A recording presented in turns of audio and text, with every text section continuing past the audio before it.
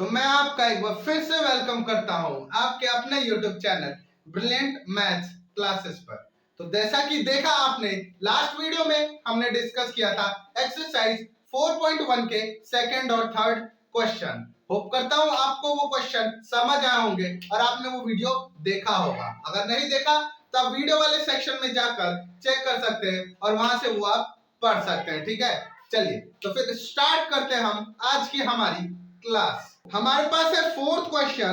देखिए fourth question कह रहा है right equation for the following statements, यानी कि जो स्टेटमेंट दी हुई है हमें उनका इक्वेशन लिखना है। ठीक है, तो देखिए इक्वेशन लिखना है हमें।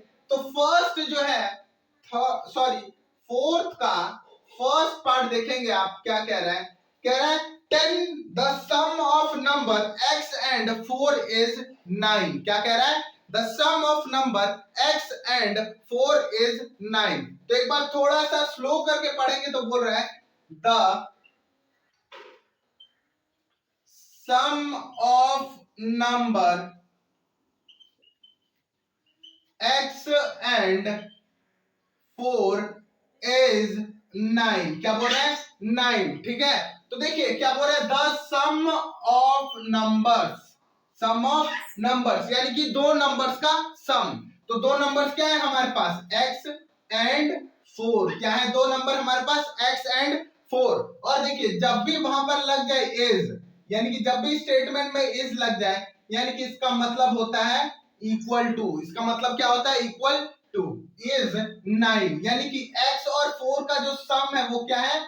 9 है। क्या है? x और 4 का सम 9 है। तो इसे लिखेंगे x plus 4 is equals to 9। क्या होगा? x plus 4 is equals to 9। x plus 4 is equals to 9। ठीक है, चलिए सेकंड पार्ट देखिए इसका। 2 सब्सट्रैक्टेड फ्रॉम y इज 8, यानी कि 2 को उसने y को 2 से y में से 2 सब्सट्रैक्ट किया और क्या है उसका? 8। क्या है? 8। तो देखिए ये लिखेंगे 2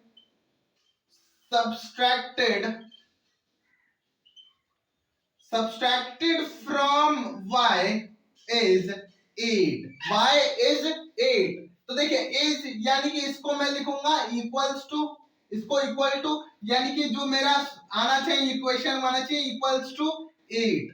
लेकिन आपको पता है सब्सट्रैक्शन में क्या होता है, फ्रॉम वाली चीज को पहले लिखते हैं और ये जो स्टार्टिंग में दी हुई थी उसे बाद में लिखते हैं। क्या करते हैं? उसे बाद में लिखते हैं। यानी कि ये जो स्टेटमेंट होगा 2 subtracted from y, 2 subtracted from y, यानी कि y minus 2। क्या होगा?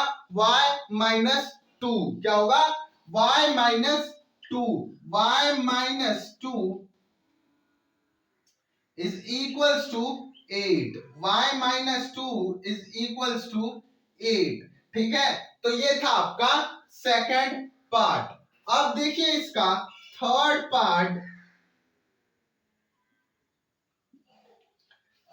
थर्ड पार्ट है हमारे पास 10 टाइम्स a इज 70। क्या है? थर्ड पार्ट देखिएगा एक बार और। 10 times a is 70। 10 times a is 70। तो देखिए ये क्या हो रहा है? 10 times, 10 times a, 10 times a, ये कैपिटल ए मान लीजिए। 10 टाइम्स a इज 70। तो आपको बस एक बार दिमाग में याद रखना है कि जब भी बोले 10 टाइम्स, जब भी बात आए टाइम्स की, यानी कि जहां पर भी यूज करे टाइम्स, तो इसका मतलब वो क्या है? मल्टीप्लाई। क्या है? मल्टीप्लाई। क्या है? मल्टीप्लाई। तो देखिए 10 को मैंने लिखा 10 टाइम्स को अभी मैंने बताया मल्टीप्लाई a, 10 इंटू ए। क्या लिख सकता हूं? 10 इंटू ए, इसका मतलब इक्वल्स टू 70। क्या होगा? 70। तो इसी को लिख सकते हैं आप 10a is equals to 70। 10a is equals to 70। ठीक है, बहुत इजी है। टाइम्स को हमेशा लिखते हैं मल्टीप्लाई। क्या लिखते हैं? मल्टीप्लाई। तो 10 मल्टीप्लाई a इज यानी कि equals to 70। 10 into a is equals to 70। ठीक है, चलिए फोर्थ पार्ट देखिए इसका। फोर्थ पार्ट है a number b divided by 5 gives 6, यानी कि a number b divided by 5 gives 6। तो देखिए ये बोल रहा है a number b divided by 5 gives 6। कितना गिव्स हो रहा है? 6। तो देखिए जब भी क्वेश्चन में मैथ्स में बोले गिव्स इक्वल्स टू, तो यानी कि ये क्या हुआ? गिव्स यानी कि रिजल्ट है। क्या है गिव्स? मतलब रिजल्ट है, या बोले रिजल्ट, तो रिजल्ट का मतलब ही क्या होता है आपका? Equals to.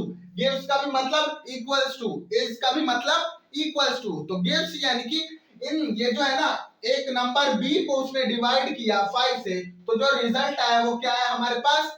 6 आया। क्या है रिजल्ट? 6 आया। तो देखिए इसको क्या करेंगे, बोल रहे हैं ना अ नंबर बी डिवाइडेड बाय 5, तो नंबर कौन सा हमारे पास? बी, उसको किससे डिवाइड किया? 5 गिव्स यानी कि इक्वल्स टू 6। कितना दिया उसने रिजल्ट में? 6 दिया हमें। कितना? 6। ठीक है, तो ये था आपका फोर्थ पार्ट। नेक्स्ट है इसका फिफ्थ पार्ट। देखिए क्या बोल रहा है, फिफ्थ का कह रहा है 3/4 of T is 15। 3/4 of T is 15। 3/4 of T is 15। तो देखिए ये इसने बोला है 3/4। फर्स्ट जो वर्ड है उसका क्या है? 3/4, या बोले 1/3। क्या बोलेगा? मान लो 1/3। तो आपको इससे कोई डरने की जरूरत नहीं है। इसने बोला है 3, तो ऊपर आएगा 3/4 यानी कि अपॉन 4। तो इसको आप बोल सकते हैं 3/4। तो वैसे ही बोला 1/3, तो 1 ऊपर और थर्ड यानी कि 3 नीचे। क्या आएगा? 3 नीचे। तो वैसे ही बोला उसने 3/4 ऑफ टी। तो आपको पता है OF का मैथ्स में क्या होता है? मल्टीप्लीकेशन। क्या होता है? मल्टीप्लाई। ऑफ का मतलब मैथ्स में क्या होता है? मल्टीप्लाई। तो इसने बोला है देखिए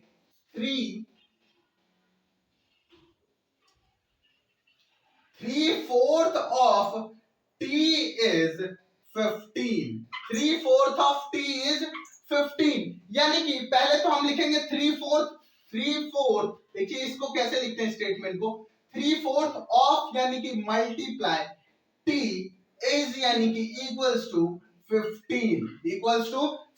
तो मल्टीप्लाई किसके संग हो जाएगा? 3 के संग। तो इसको लिख देंगे आप 3t upon 4 is equals to 15। 3t upon 4 is equals to 15 is equals to 15। ठीक है, तो ये था आपका फिफ्थ पार्ट। अब देखिए सिक्स पार्ट है 7 times m plus 7 gets you 77। क्या बोल रहा है? 7 times m plus 7 gets you 77। तो देखिए इसको लिखेंगे कैसे, 7 टाइम्स m प्लस 7 क्या है? Gets you 77। कितना मिला हमें? 77। तो अभी मैंने बताया था 7 टाइम्स m। 7 टाइम्स m को क्या लिखेंगे? 7 टाइम्स को क्या लिखते हैं? Multiply m। फिर क्या बोला उसने? प्लस 7 गेट्स यू यानी कि रिजल्ट आ रहा है इक्वल्स टू 77। तो 7 into m 7m plus 7 is equals to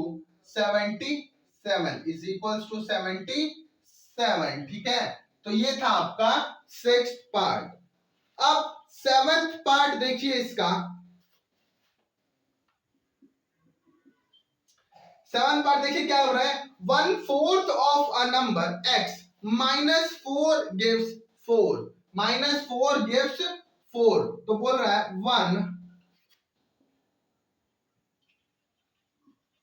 1/4 of a number, 1/4 of number x minus 4 gives 4, यानी कि एक जो नंबर है 1/4, एक किसी एक नंबर का 1/4 ऑफ नंबर x, यानी कि x का 1/4 -4 gives 4, यानी कि x का 1/4 में से अगर माइनस कर देंगे हम 4, तो जो हमारा रिजल्ट आएगा वो क्या आएगा, 4 आएगा। तो देखिए स्टेटमेंट को ही लिखूंगा मैं, कोई दिक्कत नहीं है। 1/4 को लिखेंगे 1/4 of a number x, of का लिख दिया मैंने, ऑफ अ नंबर x, यानी कि जो नंबर है हमारे पास वो क्या है, x है। क्या है हमारे पास, x है। -4 गिव्स, यानी कि रिजल्ट 4 गिव्स 4, तो इसको लिखेंगे हम x अपॉन 4 माइनस का 4 इज इक्वल्स टू 4। तो ये था आपका 7th पार्ट। 8th पार्ट देखिए इसका। 8th पार्ट है, if you take away 6 from 6 times y you get 60। Question को थोड़ा सा ट्रिकी कर दिया है, ध्यान से पढ़िएगा। बोला इफ यू टेक अवे 6, यानी कि 6 को हमने माइनस कर दिया, फ्रॉम 6 टाइम्स y, यानी कि 6 टाइम्स y में से 6 माइनस कर दिया, यू गेट 60। तो देखिए बोल रहा है यहां पर, if you take away 6, if you take away 6 from 6 times y, you get 60। यानी कि देखिए, इफ यू टेक अवे 6, यानी कि 6 को निकाल दिया हमने 6 टाइम्स y, यानी कि 6 टाइम y में से 6 निकाल दिया, तो हमें क्या मिला, 60। क्या मिला हमें, 60। तो देखिए इसे लिखेंगे पहले तो फ्रॉम यहां पर आ गए, यानी कि ये वाला पार्ट पहले आएगा और ये वाला बाद में आएगा। तो 6 टाइम्स y यानी कि 6 इंटू y माइनस का 6 गेट्स यू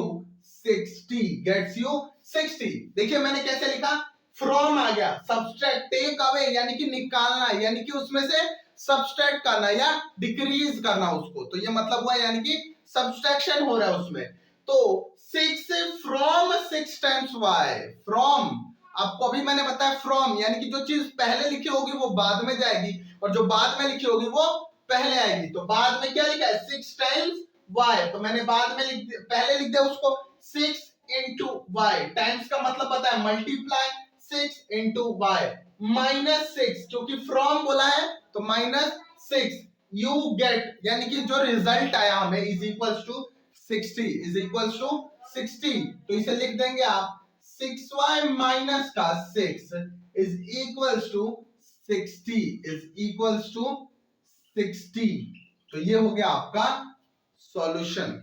और देखिए इसका लास्ट पार्ट, यानी कि 9th पार्ट कह रहा है, if you add 3 to 1/3 of z you get 30। थोड़ा सा स्लो पढ़ेंगे।